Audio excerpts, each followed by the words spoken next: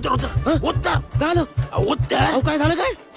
आलो मी 2 मिनिटात काम आहे माझं बिगर पाण्याचं गदाडे काम आहे म्हणलं तर बिगर पाण्याचं कुठलं काय अहो पण मला कशाला आणलंय मग मी एक काम करू का काय घरी जाऊन बसू का काय बापाचं गटोड पुरलंय घरी गडबडीत ते टरमळ आहे ना खिशात घालून ठेवा इकडे तिकडे बघावा